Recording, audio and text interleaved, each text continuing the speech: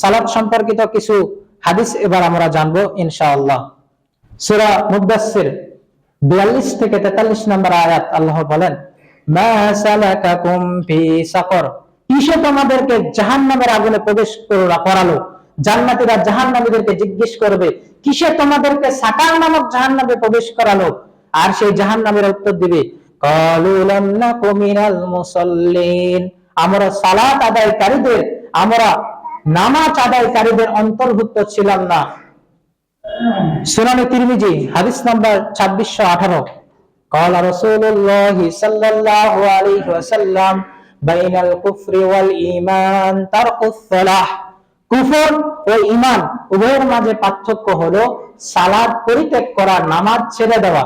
সুনানে তিরমিজি 2619 নম্বর হাদিসের বর্ণনা, قال رسول الله صلى الله عليه وسلم بين العبد وبين الشرك أو الكفر ترك الصلاة, বান্দা এবং শিরক অথবা বান্দা এবং কুফর উভয়ের মাঝে পার্থক্য হলো নামাজ ছেড়ে দেওয়া, সালাত পরিত্যাগ করা। সুনানে তিরমিজি 2621 নম্বর হাদিসের বর্ণনা, قال رسول الله صلى الله عليه وسلم العهد الذي بيننا وبينهم الصلاة, আমাদের ও তাদের মাঝে পুরস্কারের যে প্রতিশ্রুতি, মুক্তির যে প্রতিশ্রুতি, তা হলো নামাজ। ফামান তারাকাহা ফাকাদ কাফারা, যে ব্যক্তি সালাত পরিত্যাগ করে ওই ব্যক্তি কুফরি করে। আমাদের ও তাদের মাঝে মুক্তির যে প্রতিশ্রুতি, পুরস্কারের যে প্রতিশ্রুতি বলতে বোঝানো হচ্ছে আমাদের বলতে যারা ইমানদার আর তাদের বলতে যারা কাফের, উভয়ের মাঝে পুরস্কারের ব্যবধান, মুক্তির প্রতিশ্রুতি হচ্ছে সালাত। যারা সালাত আদায় করে তারা পুরস্কার পাবে, মুক্তি পাবে। যারা সালাত আদায় করে না তারা পুরস্কার পাবে না, মুক্তিও পাবে না। নাউযুবিল্লাহ। ফামান তারাকাহা ফাকাদ কাফারা, যে ব্যক্তি সালাত পরিত্যাগ করে ওই ব্যক্তি কুফরি করে। নাউযুবিল্লাহ। সহিহ মুসলিম 149 নম্বর হাদিসের বর্ণনা, قال رسول الله صلى الله عليه وسلم إن بين الرجل وبين الشرك والكفر ترك الصلاة, বান্দা এবং শিরক ও কুফর উভয়ের মাঝে পার্থক্য হলো সালাত পরিত্যাগ করা। তাহলে একজন ইমানদার বান্দা, অপরদিকে শিরক এবং কুফর, উভয়ের মাঝে পার্থক্য হলো সালাত ত্যাগ করা, সালাত পরিত্যাগ করা, নামাজ না আদায় করা।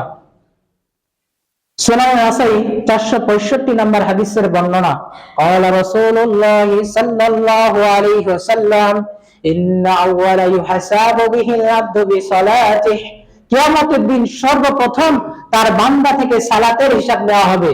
فإن صلحت فقد أفلح وأنجح, যে যার সালাত ঠিকমতো আদায় হয়ে থাকবে ওই ব্যক্তি সফল হবে।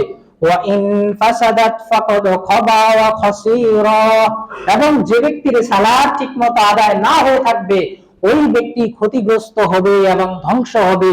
তাহলে কিয়ামতের দিন সর্বপ্রথম তার বান্দা থেকে কিসের হিসাব নেওয়া হবে? সালাতের হিসাব নেওয়া হবে। যার সালাত ঠিক হবে ওই ব্যক্তি মুক্তি পাবে, যার সালাত ঠিক হবে না ওই ব্যক্তি ক্ষতিগ্রস্ত এবং ধ্বংস হবে। তাহলে সালাত আদায় করা দরকার আছে না নাই? অবশ্যই সালাত আদায় করতে হবে। সুনানে তিরমিজি 2622 নম্বর হাদিসের বর্ণনা, কানা আসহাবু মুহাম্মাদিন সাল্লাল্লাহু আলাইহি ওয়াসাল্লাম লা ইয়ারাউনা শাইয়ান মিনাল আমাল তারকুহু কুফরুন গায়রুস সালাহ, মুহাম্মদ সাল্লাল্লাহু আলাইহি ওয়াসাল্লামের কোন সাহাবী সালাত ব্যতীত অন্য কোন আমল ছেড়ে দেওয়াকে কুফরি কাজ মনে করতেন না, কাফের হওয়ার মতো কোনো কাজ মনে করত না। অর্থাৎ আল্লাহ রাসূলের যে সাহাবীরা ছিল তারা যারা সালাত আদায় করত না তাদেরকে কাফের বলে মনে করত, কিন্তু অন্য কোনো আমল ছেড়ে দিলে তারা এটাকে কাফের মনে করত না, কাফের হওয়ার সত্য মনে করত না। আপনি যে মুসলিম, আপনি কেন মুসলিম? আপনি রোজা পালন করবেন, আপনার জন্য ফরজ 12 মাসে শুধু 1 মাস। আপনার সামর্থ্য থাকলে আপনি হজ করবেন, না হলে আপনি করবেন না।